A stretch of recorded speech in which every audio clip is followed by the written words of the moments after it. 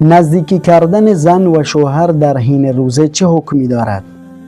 نزدیکی کردن زن و شوهر در حین روزه اگر چنانچه طرفین هر دو راضی بر این کار بودند، به محض دخول چه انزال شود چه انزال نشود هم قضا و هم کفاره برای هر دو نفر لازم و ضروری می باشد.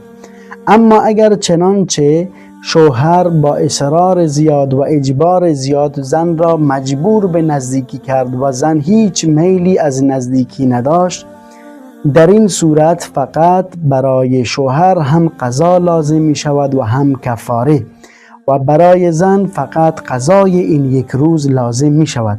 اما اگر چنانچه زن در اول کار راضی نبود اما با اصرار زیاد شوهر در آخر رضایت داد، در این صورت برای زن هم کفاره لازم می شود و هم قضا.